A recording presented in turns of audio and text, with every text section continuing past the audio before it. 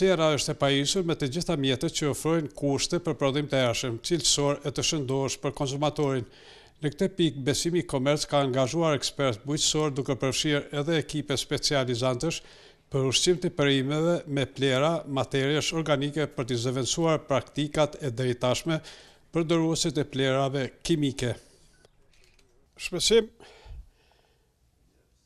a mund të thuhet që këtu në Serë, në Qelç, në këtë konstruksion, ma kushtus, krahasuar me ato që pëndohen atje tash, që po praktikohen gjithandej Kosovës, që perimi del më i hershëm, krahasuar me ato. Është e vërtetë që me konstruksion prej Qelçit prodhimi del më herët. Na këtë vit me Kastravezve që mi hinë prodhim këtë javë, po edhe me domateve që kemi formuar kotin e parë domatës, edhe parashojmë që minimum mbi 15 ditë të jemi prodhim para najllanit. E tash cilësinë e ekspertit bujqësor, cilat mos agrotechnike aty, sigurisht që para kusht qendror është edhe fidani. A keni bërë për zgjedhjen e fidanit? Po normal se seni kryesor është përzgjedhja e fidanit. Nëse fidanin edhe farën nuk e kemi përzgjedh hibride, nuk e kemi përzgjedh të licencuar, të certifikuar, atëherë ne mund me dështu këtë. Tani pastaj na vijnë trajtimet me kohë, ushqimet, me insekticide, me pesticide, secila në kohën e vet. Qëllimi kryesor është përzgjedhja e fidanit. Por natyrisht i përmend edhe preparatet mbrojtëse duhet përshtatur paksa edhe rujtjes së shëndetit konsumatorit, sepse tash në këtë kohë sidomos tu trangulli apo kastraveci nëse trajtohet karenca, afati karencës varet për preparatit që ne përdorim, po te kastraveci vetëm 2 herë kemi shkuar me preparate, me aljet flesh, edhe me plena ushqimore, po me plena ushqimore gjithherë shkojmë me bio. Do të thotë ju keni parasysh të bujqësinë e integruar. Në bujqësinë e integruar, e kemi edhe validetin këtu siç e pat, me plera bio, me ushqime bio. Dhe është i sigurt prodhimi? I sigurt është prodhimi. Shëndeti e konsumatorit është i garantuar. A reflekton natyrisht që prodhimi i sigurt paksa dëmtohet, a goditet prodhimi? Sasia goditet edhe pak. Te prodhimi, sasia prodhimit. Dhe nëse tash do të më vijë pesticide, bie pak sasi prodhimit, po kur në pyetje siguria, shëndeti i njerëzit, atëherë do të më vijë pesticide ngarkesës tepër të fidanit, me pesticide, me plera. A prodhimi normal që i bie pak më atë. Edhe tash flasim pak edhe për serën këtu. Paksa e kemi bukur vap, këtu temperaturat jashtë janë 24-25 gradë, ndërka që këtu sa është. Tash për momentin këtu e kem 37. 37. Po, për momentin është pak e lartë për bimën. Po desh na filloj me hezim të serës. E për neva është e lartë. Edhe për neve, si tash për neve e lartë ashtu edhe për bimën. Edhe për bimën. Po, si a keni mundësinë e ventilosis për shtatës temperaturë? I kemi edhe, po për shkak të gjurmës nuk e nshonëm. Se i kemi edhe ventilimin, do të thotë keni pasur parasysh? Kemi pas parasysh gjithashtu. Këtu mikrofonin mos me reflektu. Mirë, e mundësinë e vaditjes, po shohim e keni pikpik? Pikpik, e kemi sistemin pikpik. E kanë mundësinë bima kur ti nevojitet me marrë rritjen. Ju e dini? Po, na e dim. E vlerësojmë, e marrë bimën, që su kur tash që shon këtë kohë, që tash për momentin ka lagështit mjaftueshme. Ka lagështi. Po me momentin që e nshojmë këto të hedhmin tokë, për derdhët kjo, atëherë ka nevojë për ujë, për rritje. Tash to temperatura, se që kjo temperatura e lartë, po treg del më herët. Çka ke kësaj temperaturë? E shpresim tash pas atje trangullit do të ketë dikun mas një 2-3 javë humbet. Çka pas trangullit aty? Kornishon. Prap kornishon, pas kornishonit marrulla e kështu një monokultura jo, apo ndrim? Ja, monomi edhe mi ndru, po mi ndru s'po nosin ato nuk ka ndonjë përfitimi mishti, kanë herë shkojmë edhe monokultura. Edhe këtë keni parapashtur? Po edhe këtë, po me perime. Dhe prodhimtaja e hershme e nxjerr fitimin. 180.000 e investuam këtu. Jo për një vit? Ai kem 15.000 fidane në këtë sipërfaqe, 50 hare. Dikon 3 fidane për metër katror. Po me vite. Ku shkon të? A shkon drejt për drejtin treg? Drejt për drejtin treg, ja drejt për drejtin treg shkon i freskët. A dyqanet apo? Dyqanet.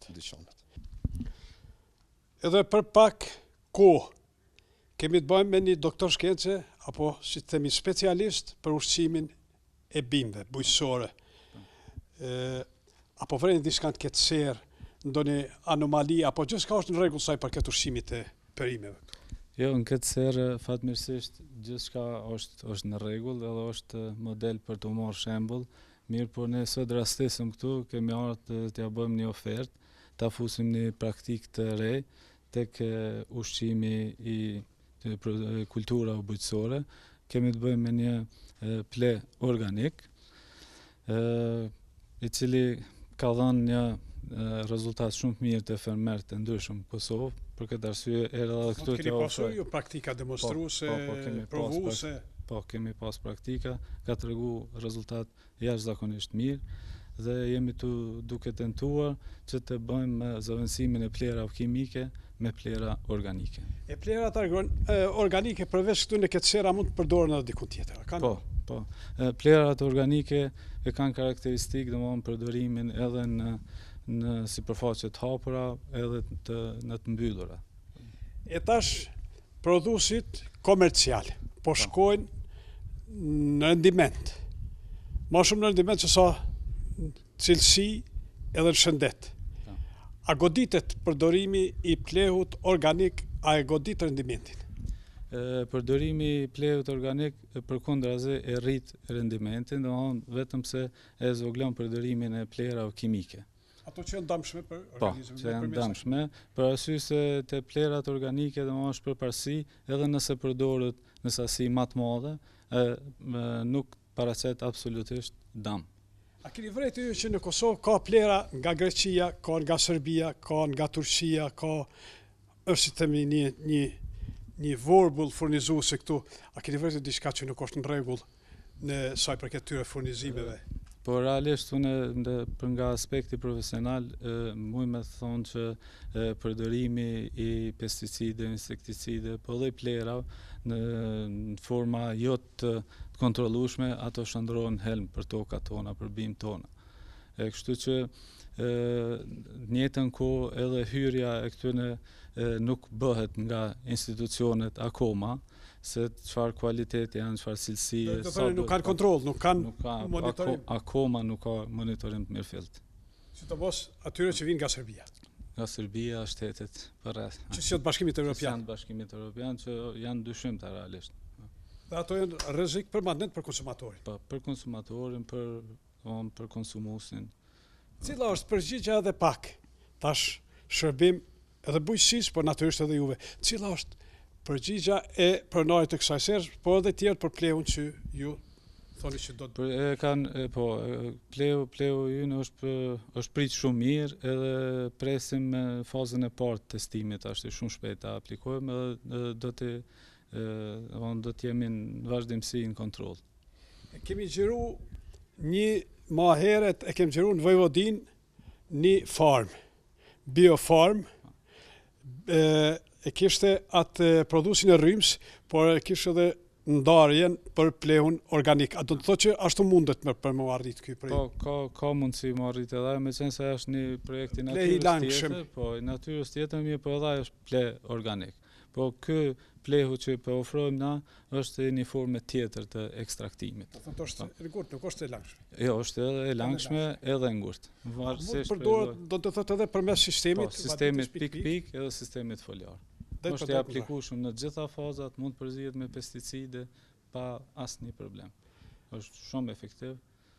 Në gjitha fazat e zhvillimit të bimës mund të përdoret. Do të thotë ardhmëri për bujqësi. Po, është ardhmëria, po. Për arsye se edhe bën rigjenerimin e tokave të cilat kanë qenë të kontaminuara, edhe e zhvillon sistemin rrënjor, edhe jep produktin të shëndetshëm, i cili produkt pastaj përcillet edhe në ushqimin, në konsumim, jep efektet e saj pozitive për organizmin. Keni bërë punë, keni bërë analiza, keni bërë shpenzime, a ka ndihmu dikush? Gjitha analizat, gjithë këtë punë kemi bërë vetë, analizat i kemi kryer në laboratorë zvisrone, edhe gjitha kanë kalu gjitha testimet, edhe ky lloj plehu organik hyn te produktet bio. Do të prodhohet në Kosovë? Po, do të prodhohet në Kosovë.